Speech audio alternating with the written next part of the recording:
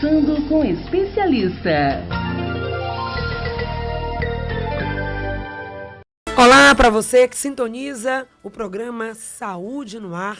Você que está em nossa sintonia, a sua dose diária de informação para uma vida melhor. Eu sou Patrícia Tosta e estamos juntos a partir de agora trazendo muita informação e orientação para você. Hoje o nosso tema, Direito à Vida, vamos falar sobre a concepção, vamos falar sobre o pré-natal, o cuidado que a gestante deve ter para conceber e dar à luz, ter o seu filho de forma equilibrada, com saúde e qualidade de vida. Esse é o nosso assunto de hoje. Participe, mande a sua mensagem, a sua pergunta. O Saúde no Ar está aberto a partir de agora para a sua participação. Lembrando os nossos canais de comunicação, que é o nosso portal www.portalsaudenoar.com.br e o nosso e-mail para a sua participação, produção@portalsaudenoar.com.br. É o acompanhamento médico que toda gestante deve ter para manter boas condições de saúde da mãe e do bebê.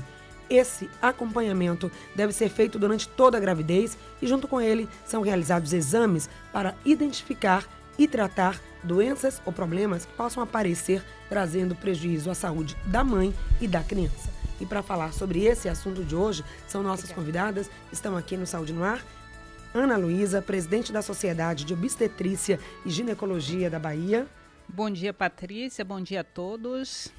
Mais uma vez recebemos, um prazer, Olga Cristina, coordenadora do projeto da Rede Cegonha, que é aqui no Saúde na Cidade, ela que é coordenadora estadual da saúde da criança e da mulher e vai falar para a gente sobre esse importante projeto de apoio à mulher. Bom dia, Olga. Bom dia, Patrícia. Bom dia a todos que nos escutam. Muito obrigada por mais essa oportunidade. E o nosso telefone já está aberto à sua participação, os nossos canais, através da nossa página no Face, também o nosso e-mail para que você possa participar, 3328-7666.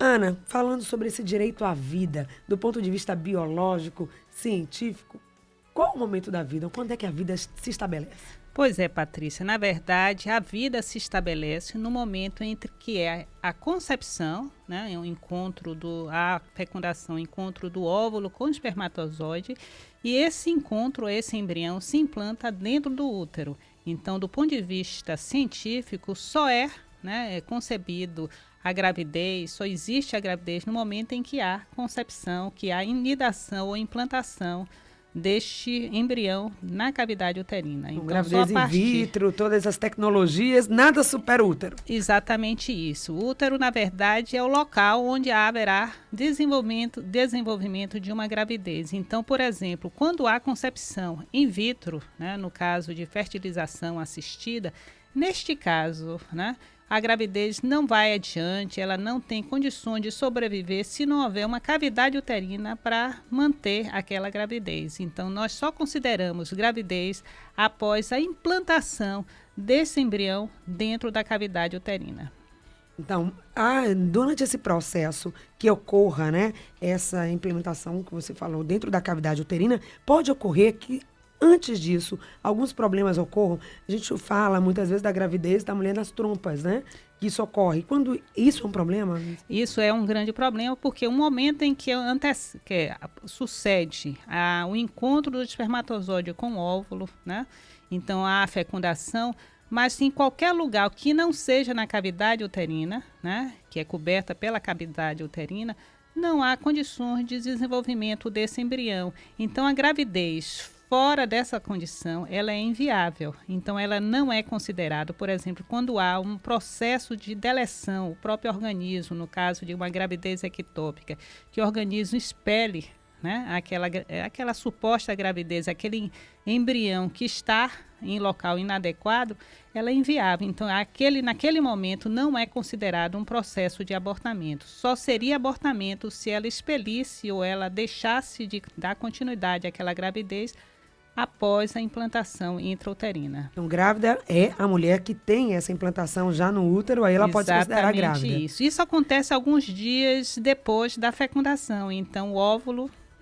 encontrando com o espermatozoide, geralmente na trompa, na parte mais distal, ele vem se desenvolvendo, mas há necessidade dessa implantação na cavidade uterina. Se isso não ocorrer, não é levada adiante a gravidez. E os exames, eles vão demonstrar em que momento, com quanto tempo efetivamente após essa fecundação, a mulher pode ter a garantia que está ou não grávida, através de um exame de farmácia ou de um exame de laboratório? Existem atualmente vários exames que são feitos facilmente pela própria mulher, mas eles só são considerados, são detectados no momento em que há implantação. Então, naquela fecundação que acontece fora, né, antes da implantação do ovo, né, no caso o embrião, essa implantação não é detectada durante nos testes possíveis de gravidez. Então, logo após a implantação, já existe desenvolvimento e eliminação de alguns hormônios que são detectados nos testes para a gravidez e precocemente a mulher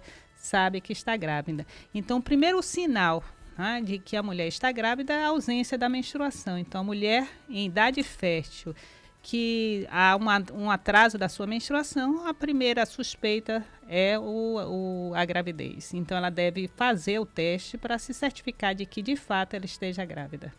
Estando grávida, aí, obviamente, você, mulher, vai precisar de todo um suporte. A gestação, a gravidez, o fato de ter uma vida, ser responsável biologicamente também pelaquela vida, muda muita coisa na vida da mulher. Aí nós vamos falar aqui com a Ana Luísa que mudanças são essas do ponto de vista físico, mas também, Olga, é uma mudança significativa também do ponto de vista social. E se essa mulher vai precisar de um apoio, de uma assistência na área médica, do ponto de vista do acompanhamento no ambulatório, de um pré-natal, ter a garantia de que ela vai poder fazer e ter essa assistência, e depois, no momento do parto também, ela vai precisar de uma outra rede de ações que vai garantir a ela esse suporte para cumprir todo o período gestacional, com tudo que isso implica, do ponto de vista da saúde e também de tudo que aquilo vai implicar da sua vida prática pós-nascimento do filho.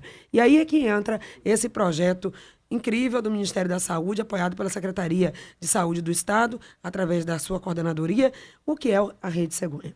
Exatamente, Patrícia. A Rede Cegonha é uma iniciativa do governo federal com o objetivo de qualificar a assistência à saúde da mulher e da criança, em especial a atenção materno-infantil. E é exatamente isso que ela propõe. Lançada em 2011, no final de 2011, a Bahia lança aqui no estado e convoca os 417 municípios para fazer adesão. Então, essa rede ela tem um objetivo maior de reduzir a morbimortalidade, ou seja, as causas que levam ao adoecimento e à morte nesse período para a mãe e para o bebê. Então, a gente vem trabalhando numa perspectiva de que todos os municípios tenham um processo de implantação e implementação dessa rede. O que é que isso significa? Esta rede ela é composta por alguns componentes. E o primeiro componente é a atenção pré-natal, é onde tudo começa, né? Como a doutora Ana Luísa falou. Antes até do pré-natal, no planejamento reprodutivo, onde a gente começa a trabalhar, né, a perspectiva do desejo da gravidez. E do ponto de vista, ainda interferindo aí na sua fala, mas já que falamos em planejamento, como é que estamos, né, em termos de Bahia, de planejamento? A gravidez ela tem ocorrido de forma assim, espontânea, a mulher muito jovem, ainda na fase da adolescência, sem planejamento, ou tivemos um avanço nesse processo? O número de gravidez que acontece, o atendimento que vocês fazem, a gente já observa que a mulher está procurando mais o serviço de saúde, ela está se prevenindo, ela está engravidando no momento que ela está preparada, em todos os sentidos falando. Nós ainda temos um percentual significativo na gravidez na adolescência. Para a adolescência e juventude, o Ministério da Saúde, a gente abraça a Organização Mundial de Saúde, a gente considera a criança de 10, que a gente chama de criança, na fase de criança e adolescência, a 24 anos. Do percentual de mulheres que engravidam no nosso estado, em torno de 21% tem menos de 24 anos. Estão de 19 anos, estão nessa faixa. Então, para a gente é muito significativo. É um número que vem numa linha muito discreta, mas diminuindo, né? A gente vem trabalhando. Mas tem uma outra coisa que nos preocupa muito, que é o menor de 14 anos. Existem algumas regiões no estado que têm um índice muito elevado ainda, né? Infelizmente, o menor de 14 anos ainda está, né, engravidando, e é algo para a gente muito preocupante, não só na questão de saúde. Quando falamos aí o menor, né? Sempre focamos aí a questão da gravidez na mulher, óbvio, ela que vai. Mas o jovem menino também, né? Ele está entrando muito cedo nessa paternidade, que está até parceiro aí nessa Exatamente. história. Então, assim, Além da saúde da mulher e da criança, eu também estou na coordenação de saúde do homem, porque é uma coordenação de ciclo de vida. E a gente vem trabalhando numa perspectiva, junto ao Ministério da Saúde, de colaborar com os municípios no apoio de implementar o pré-natal do parceiro, que é exatamente isso, é trazer o menino, né, a população masculina, para a corresponsabilidade. Quem engravida é a menina, mas a menina não engravida sozinha, né? A doutora Ana Luísa colocou muito bem o que é uma gestação. São e dois, a gente sabe precisou que de dois atores ali. Então, a gente vem trabalhando no processo de educação e saúde, de apoio aos municípios, na formação dos profissionais para fazer esse trabalho de forma mais consciente e chegando até as escolas. Existe um chamado Programa Saúde nas Escolas, que tem uma relação e uma integração saúde e educação, e esse é um espaço que a gente vem trabalhando na orientação da saúde sexual e reprodutiva. Então, muita coisa para falar. A adolescente, quando ela engravida, é ela que engravida, mas o adolescente também é responsável. Mas essa criança, essa adolescente, ela vai precisar de todo um suporte. No momento em que ela está grávida, que tipo de orientação, quais são os serviços, os exames, o que ela vai precisar fazer durante esse pré-natal. Estamos juntos com você aqui no programa Saúde no Ar de hoje falando sobre o direito à vida e a importância do pré-natal. Apresentando também para você a Rede Cegonha, esse suporte para a mulher que precisa realmente nessa fase tão importante da vida. Nós vamos responder a Maria, ela que quer saber sobre os problemas ligados à gestação, a questão do cisto, medicação também pode levar a mulher a ficar infértil, não engravidar? É possível, doutora Ana? Pois é, Maria, em relação ao seu caso, que é o caso da sua filha, que tem 32 anos, eu não sei que medicação ela tomou, né? Mas dificilmente uma medicação que controla a menstruação, que foi utilizada para dar uma regulação desta menstruação, dificilmente ela iria levar à formação de cistos ovarianos. Eu acho, inclusive, que ela, de uma certa forma, né, ela protegeu esses ovários para que não formassem cistos. Então, eu acho que foi, neste caso, uma coincidência, mas esse caso deveria ser visto com maior detalhe. É muito comum as mulheres, a partir de uma determinada faixa etária, começar a reduzir a sua capacidade de engravidar. Nós recomendamos às mulheres que façam, né, que engravidem até os 35 anos. No caso da sua filha, ela tem apenas 32 anos.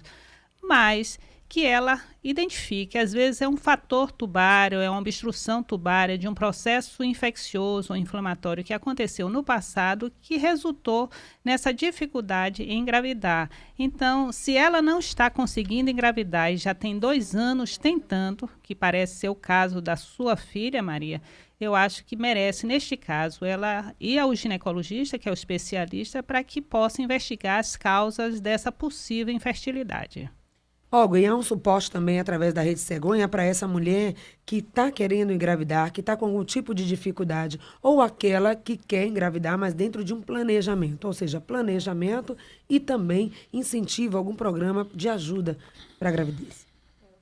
Esse é um dos grandes desafios, Patrícia, que a gente vem no processo de implementar junto aos municípios, porque essa ação ela se dá no território, não é? O Estado ele tem um papel muito mais de apoiar, de conduzir, de instrumentalizar, monitorar, mas essa ação se dá nos espaços, exemplos, nos postos de saúde, nas unidades de saúde da família, no centro de saúde, que está perto de sua casa. Ou seja, há uma ação nacional, mas cada competência do Estado, do município, cada um vai fazer uma coisa. É exatamente isso. A saúde no Sistema Único de Saúde, ela é feita a várias mãos e com uma responsabilidade compartilhada entre os entes federativos, governo federal, governo estadual e governo municipal.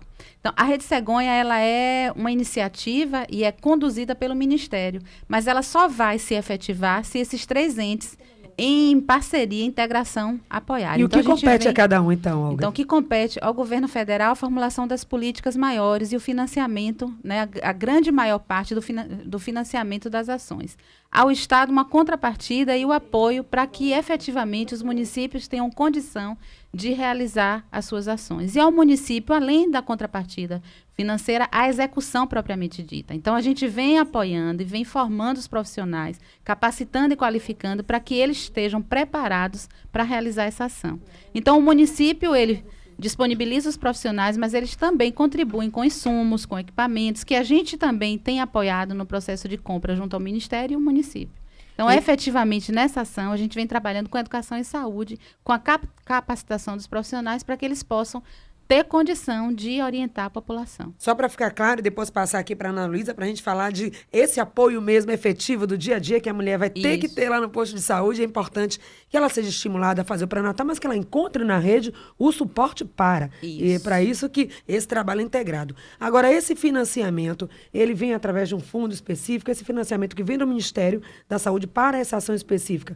Como é que é feito esse repasse? Ele vem de diversas formas. Quando a gente fala em equipamentos mais de tecnologia mais avançada, por exemplo, leitos de UTIs, então os equipamentos, alguns, eles são comprados pelo Ministério ou são repassados o dinheiro para o município, para a entidade, por exemplo. Tem muitos hospitais no nosso estado que não são da rede municipal nem estadual, são filantrópicos. Então, ele tem uma gestão, né, própria. Então, vai para essa gestão para que seja comprado o equipamento. O dinheiro não chega na população, não chega através desta forma. Ações. Então, chega através da compra do equipamento, do recurso que é disponibilizado para a capacitação dos profissionais, do incentivo no sentido do pré-natal. A gente tem, por exemplo, quando a doutora Ana falou que um teste, né, vai demonstrar e vai afirmar, confirmar uma gravidez, a gente tem trabalhado, e isso no país, não só na Bahia, na perspectiva da garantia desse teste ser feito no posto de saúde. Então, eu cheguei, sou mulher, né?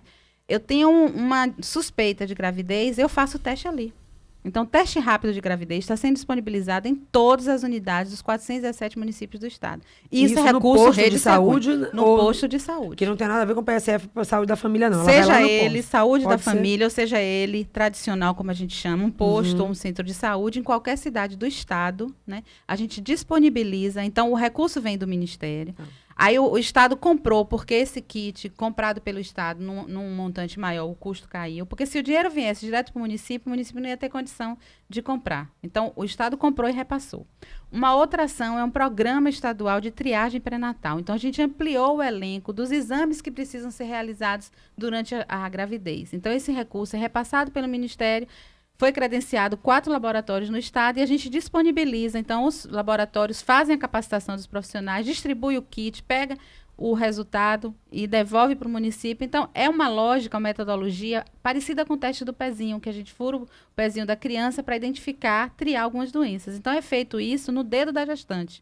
Então, inicialmente, no primeiro trimestre, a gente tem garantido que toda gestante realize esses exames, que era um dos grandes problemas da qualidade do pré-natal. Rede Cegonha. Rede Cegonha, então, já atuando aí. Então, é importante que você, mulher, saiba que isso existe, que você tem esse direito e que você efetivamente busque esses postos. Se não encontrar, tem aqui a garantia que deve estar. Usar também o telefone, o contato da ouvidoria, informar que não foi encontrado lá, para que a gente descubra até por que não está sendo feito. Exatamente. Quero voltar aqui a doutora Ana Luísa sobre esses cuidados. A mulher vai lá, ela fez o teste e nesse primeiro trimestre, porque tem aí a gestação, né, 9 meses, 40 semanas, mas é dividida também em primeiro trimestre. E esse primeiro trimestre é fundamental para a gestação? Pois é, Patrícia, nós vimos que a Olga falou da necessidade de você fazer o diagnóstico da gravidez o mais precoce possível, porque o acompanhamento deverá ser o mais precoce possível, né? Então, nós consideramos que o mais oportuno seria até a 12ª semana de gestação. Então, quanto mais cedo, melhor. Então, existem alguns exames, e ela até já falou da necessidade até da mulher se preparar, né? Antes mesmo da possível gravidez. Inclusive, existem já evidências, recomendações para que ela faça uso do ácido fólico antes de engravidar, né? E uma vez grávida, existem o que nós chamamos de acompanhamento pré-natal. Falei da importância do ser o mais precoce possível. Existem o acompanhamento pré-natal é feito através do exame clínico do profissional que está acompanhando ela, né? Então, é importante que faça uma avaliação clínica para saber o estado de saúde dela. Há uma solicitação de exames recomendados no pré-natal que deve ser feito o mais precoce possível. E acompanhamento dietético. Existe também orientações do ponto de vista da saúde. Consideramos que gravidez não é um estado de doença, né? Gravidez, 85% ou até mais disso, das mulheres vão cursar com uma gravidez normal, né? Sim, com orientações, com acompanhamento, com a realização de exames, tanto no primeiro, no segundo e terceiro trimestre. O acompanhamento deve ser mensal, né? E no final da gestação ela deve fazer até um acompanhamento mais frequente, de 15 em 15 dias ou até toda semana, e não existe a alta do pré-natal. A alta é o parto propriamente dito. Que vai dar continuidade depois com os cuidados com a criança. Exatamente. Então, este final de gravidez, ela deve ser acompanhada com a maior frequência no seu local de pré-natal, e já sabemos já saber o local onde ela vai se dirigir, o que nós chamamos de vinculação pré-natal à assistência ao parto, para saber em que momento ela vai se dirigir à maternidade quando entrar em trabalho de parto. Então, esses cuidados todos de uma equipe multidisciplinar, e aí entra a orientação dietética com a nutricionista, com o corpo de enfermagem, com o profissional médico que está acompanhando. Então, vai dar um suporte para que ela gere, né? Que ela tenha uma gestação boa e gere um feto, um filho bastante saudável. O problema, às vezes, que ainda ocorre que quando essa gravidez acontece na adolescência, a adolescente algumas vezes esconde essa gravidez, né? Ela sabe que está grávida, mas a família só vai tomar conhecimento disso, às vezes, quando está com o 6º mês de gestação. Às vezes até na hora do parto. Nós consideramos que a gravidez na adolescência, ela é inoportuna, principalmente esse adolescente muito jovem, né? E não é o momento dela engravidar, né? Ela tem outras coisas para fazer, ela precisa investir na sua própria vida, né? Se fortalecer como pessoa, como mulher, né? Ela tem que investir nos seus estudos. Então, quando ela engravida precocemente, há uma tendência lamentável de ela parar os seus estudos. Isso, do ponto de vista social, é muito ruim para ela, né? Mas nós percebemos que as grávidas, jovens, adolescentes, elas complicam mais, elas retardam o início, né, do pré-natal, porque elas escondem da família, elas complicam porque elas têm mais chances de ter parto prematuro e complicações na gravidez. Então, não é recomendável que uma jovem, né, muito jovem, engravide. Nós consideramos isso uma gravidez inoportuna. Agora, por outro lado, se aconteceu, se engravidou, é importante também, Olga, que essa adolescente aí ela vai ter esse suporte na família e na rede de assistência, para que ela, primeiro, fale logo que está grávida, comece a tomar as primeiras providências do acompanhamento do pré-natal, evitando problemas futuros para ela e para o bebê, e que ela encontre esse suporte, que às vezes é um desespero, né? Estou grávida e agora? Quem vai me acolher? Quem vai me apoiar? Como é que eu vou fazer meu exame? E a Rede Cegonha tem para fazer isso na capital e interior, como pergunta o Carlos. Tem no processo... Bom dia, Carlos. Eu vou responder sua pergunta daqui a um instante. Em relação a essa questão da adolescência, a gente vem trabalhando numa perspectiva de integração, educação e saúde para promover esse processo. Nós estamos numa parceria com a Organização Pan-Americana de Saúde exatamente para implementar, né, projetos e serviços específicos para a gente trabalhar a prevenção da gravidez, especialmente a segunda gravidez em adolescências. Então, a gente já tem aqui, inclusive, alguns hospitais que fazem isso, a gente pode depois até estar conversando sobre essa questão. No que Carlos traz, a gente vem trabalhando, Carlos, e isso não só a Bahia, mas o país inteiro, numa perspectiva de efetivar a rede, né? Você até brincou, a cegonha realmente tem que voar em todos os espaços, em todos os municípios do estado e do país. Esse é o nosso trabalho, de estarmos juntos com os municípios para que essas ações cheguem à população. Existe um espaço chamado Comissões Intergestoras Regionais, que é um espaço onde a gente encontra todos os secretários de saúde da região e a gente discute essas questões. Se o município é pequeno, se ele não tem um hospital, mas ele tem unidades de saúde, sejam elas centros, postos, unidade de saúde da família, a gente precisa identificar qual será o hospital que vai ser referência. E isso é feito de forma articulada, responsável, pactuada entre esses secretários, para que aquela gestante, se não é no seu território, ela saiba, e aí o que a doutora Ana Luísa falou, a gente vem trabalhando numa perspectiva de estruturar a diretriz da vinculação, que é a garantia do direito e de saber qual é a unidade que a gestante vai realizar seu parto. Se você me perguntar, isso é tudo maravilhoso, já está efetivo na prática? Não, a gente está iniciando, a gente está trabalhando diuturnamente com um compromisso de que efetivamente isso possa acontecer. Em alguns municípios, em especial na região metropolitana, já está. Mas no interior do estado, a gente está num processo de implantação. E essa mulher que está fazendo pré-natal lá no posto de saúde, acompanhando direitinho, que garantia depois ela vai ter que no momento, na hora H, na hora do parto, onde ela realmente vai acontecer, como que ela se dirige? Ela já é encaminhada no próprio pré-natal ou não? Ela vai buscar naquele momento em que ela vai precisar efetivamente as redes conveniadas, as maternidades? A gente tem trabalhado, Patrícia, numa perspectiva de formar grupos de gestantes na própria unidade. Então, é nesse momento que a gente faz a orientação, que a gente já articula a atenção, que a gente chama de atenção básica, os postos, os centros, com atenção hospitalar, para fazer esse conhecer os profissionais, para que essa equipe visite a unidade antes de parir. E, efetivamente, que a gente possa garantir. Aí vocês vão me perguntar, mas isso tem acontecido? Em alguns casos, sim, em outros não. Ela chega ali e não tem vaga. E qual é a nossa perspectiva? É, com responsabilidade, transferi-la para um local que efetivamente ela possa Na ganhar seu filho. maternidade. Ela chega para parir e não tem vaga, não pode ficar. Então, a responsabilidade do sistema é nossa, no sentido de garantir a transferência dela para que ela possa ir para outra unidade. O que é que ela tem que fazer efetivamente? Ela está naquela situação, a mulher, mas o acompanhante que está com ela, se ela não tiver condição de tomar essas providências, qual seria a providência prática, concreta? Ela tem que pedir alguém, solicitar, encaminhar? Como é que isso acontece? Ela chegando na unidade, ela vai procurar a porta de entrada que a gente chama de SAMI, onde fica toda a recepção, a triagem. A gente tem trabalhado na perspectiva de implantar outra diretriz da rede, que é o acolhimento com classificação de risco. Neste acolhimento, existem profissionais da área de saúde, em especial enfermeiros e técnicos de enfermagem, mas na grande maioria enfermeiros, para identificar o risco e aí sim, realmente ela precisa de um atendimento imediato, agora é risco de vida, então ela tem que entrar de qualquer maneira.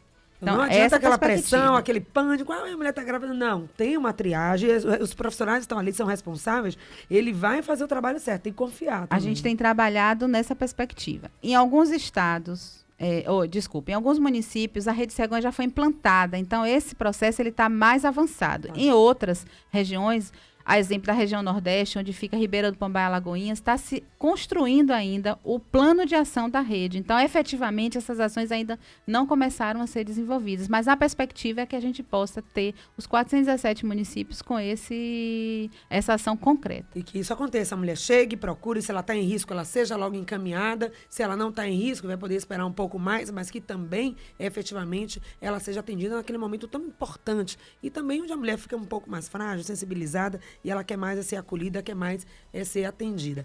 Ana, voltando um pouco para você, nós falamos aí sobre essa gravidez, o fator idade, que é importante para menos, no caso da adolescência, mas para mais. Teve um ouvinte também que perguntou, já a partir dos 30, já começa a achar que está tarde para engravidar, é verdade? Na verdade, os extremos são preocupantes, né? No sentido em que a muito jovem, ela complica mais, né? Ela deverá planejar, talvez não seja o momento mais oportuno para engravidar. E as que são mais velhas, isso está acontecendo muito com a população, porque as mulheres modernas, elas estão investindo na profissão, né? Existe um contingente de mulheres que decidem, né? Que desejam, que pensam na gravidez, uma possível gravidez, mais tardiamente, a partir dos 35 anos. E nós sabemos que a partir dos 35 anos, a reserva ovariana das mulheres começa a cair, né? Nós já nascemos com os nossos óvulos, né? Os folículos primordiais. E o que acontece? Vamos utilizando durante toda a fase de vida fértil desta mulher. Então, aos 35 anos, há uma queda dessa reserva ovariana. Então, ela começa a ter, a partir dos 35 anos, um pouco mais de dificuldade em engravidar. Então, recomendamos sempre às mulheres que engravidem até os 35 anos, que com certeza elas vão começar a ter dificuldade a partir dessa idade. Mas uma vez engravidando, aos 35, a partir disso, quer dizer, uma gravidez em uma fase mais tardia, não quer dizer que ela vai estar correndo risco, mas ela precisa sim iniciar o pré-natal, recomendado que seja o mais precoce possível, que seja feito um acompanhamento até mais apurado, mais intenso dessa mulher, para que ela venha desenvolver uma gravidez completamente saudável. Não há necessidade, por exemplo, de pânico, porque ela engravidou depois dos 35 anos, de jeito nenhum. Mas ela precisa, sim, ser bem acompanhada para que ela tenha, no final, um parto, né, mais saudável possível. Olga. Não, é exatamente isso, a Aninha está falando, e eu sou um exemplo disso, né? Eu pari com 35 anos. Olha. E por conta de ter tido um bom acompanhamento, foi uma gravidez que sem risco, meu filho nasceu a termo, bem, e tá aí, um meninão de 8 anos de idade. Parabéns, é incentivo para as mulheres. Se está grávida, o importante em qualquer fase da vida é buscar esse apoio, acompanhar, fazer o seu pré-natal, é a garantia né, de que tudo vai dar bem. Pode ser que ocorra alguma coisa durante o processo, mas ali você está sendo orientada.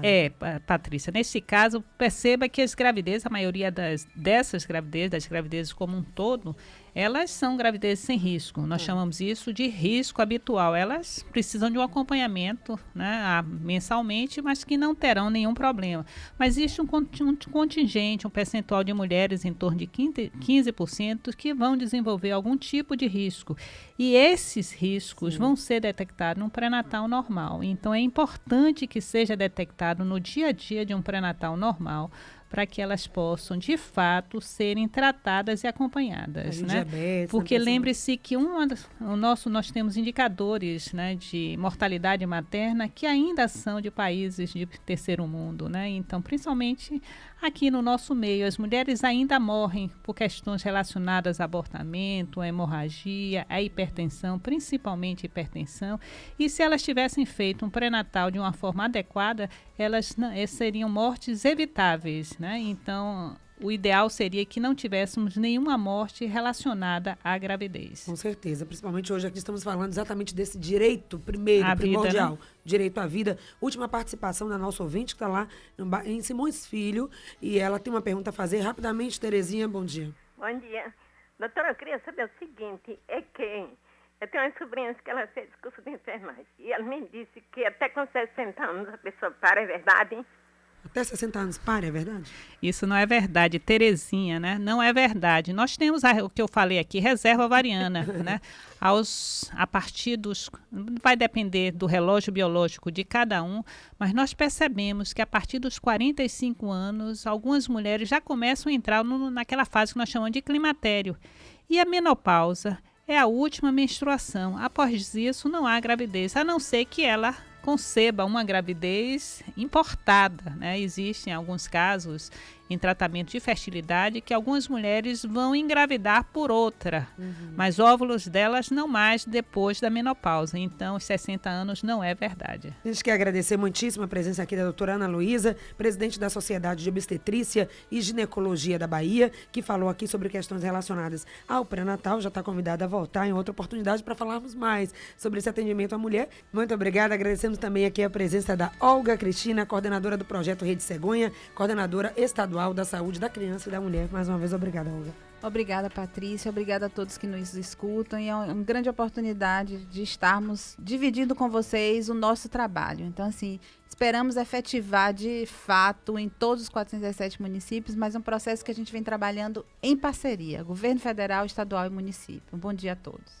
Muito obrigada a você que fez também o programa Saúde no Ar de hoje, que participou com a sua pergunta. Sempre muito bem-vinda. Saúde no Ar de hoje fica por aqui.